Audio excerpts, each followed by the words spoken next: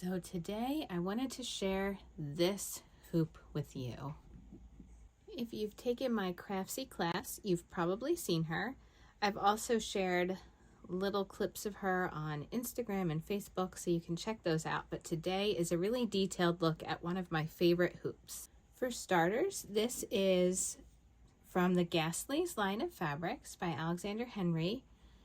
And this is a large hoop. Let's see. I'm gonna just measure it. It is about 15 inches. So one of my larger hoops. It's also one of the thick quilting hoops rather than just an embroidery hoop. So this is one that you might not typically see a piece displayed in.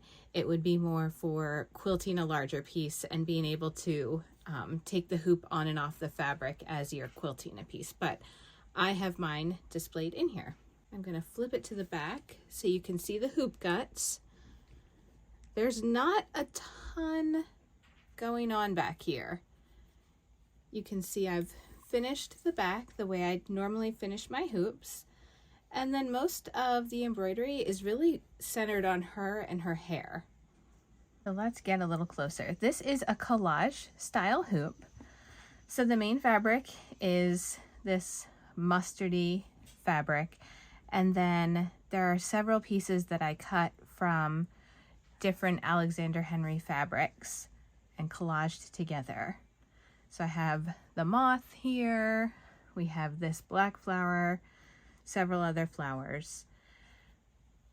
You'll also see that I have pieces that aren't fabric or that aren't from a fabric collection on here. So I have this small white doily, and I also have, this is a piece of lace that I cut to form a little banner up there.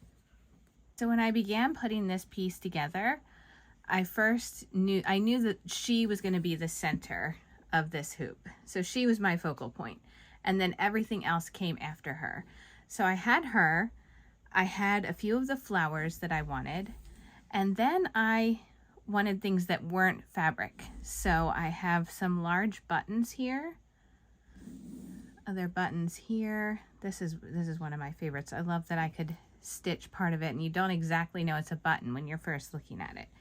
And I also have, this was a charm from a piece of jewelry. I cut some of the pieces off so that I could use it just as a decorative element there. I think her hair was one of my favorite things to stitch. I used thicker threads. These are around the outline. I used just a black yarn to embroider just straight stitches around there. I wanted to give it a nice chunky outline so that it stayed separate from the rest of the fabric, like her hair really stands out.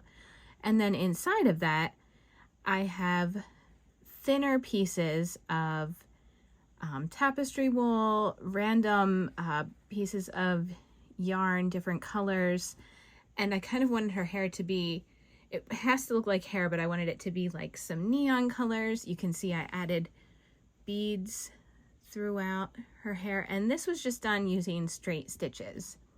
Because I wanted her hair and her face to be the focal point of this, I kept the stitching in her outfit very simple, very minimal, just with some beadwork.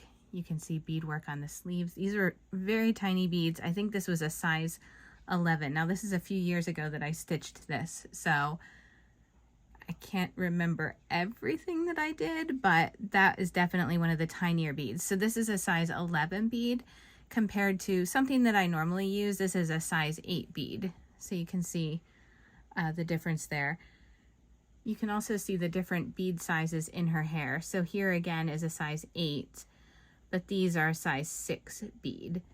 A lot of times when I am embroidering a piece that's this large, I will do more on the background, and I might do something the same exact color as the background fabric, but embroidered on it so that you can see there's something going on, but it doesn't take away from the overall picture or your view of the hoop. But for this one, I didn't do that.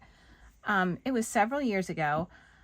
I like it when I look at it now. I still think if I were doing it now, I don't know that I would add any more detail to the background, because I think there is a lot going on, and I think not having anything else on this background fabric still works for this piece. If I'm being critical of myself, which as artists we tend to do, and looking at this piece, one thing that I would change this section here. I don't love the color of beads that I used here. I know that's a silly thing to focus on, but the blue and green beads, when I look at it, like, that's something that kind of always stands out to me. The reason I did it is because I wanted to mimic some of the colors that are going on both ends of the hoop. We've got the blue and the green over here, the blue and the green over here. I know why I did it, but I just think I would make different choices now. One thing that I don't think I would change that I do really love, well, obviously her hair is one of my favorite parts. I loved that I used a variegated thread on her cheeks. I just think that's super pretty. I really love this flower. This was done with the satin stitch in different weighted threads. So I have some needlepoint yarn. I have some really thin pearl cotton. I think I varied the sizes of the pearl cotton, and I just love how that really stands out on this piece. Another thing I think I would do just a little differently is I think I would add some more to this. I don't know what exactly. Again, I used purple to embroider it to keep the purple of this and the purple of these beads on the background. But I think I would probably make it feel a little heavier with black so that it would balance out this black flower a little more. I actually did try to do that and think through that when I added this large button. This is the most dimensional piece on this hoop. So I was thinking through that. When I make a hoop, I think about the colors and what I have where. But looking at it now, I think I would want to do a little something more there. Probably some beadwork, maybe even a different stitch. I'm not sure what I would do there. This is still one of my favorite pieces. It was in my Craftsy class. I bring it to a lot of workshops. It's a piece that people really like. I think the simplicity of it, while there's a lot going on, it does feel like it's a simple collage piece. I think that has a lot of appeal to people.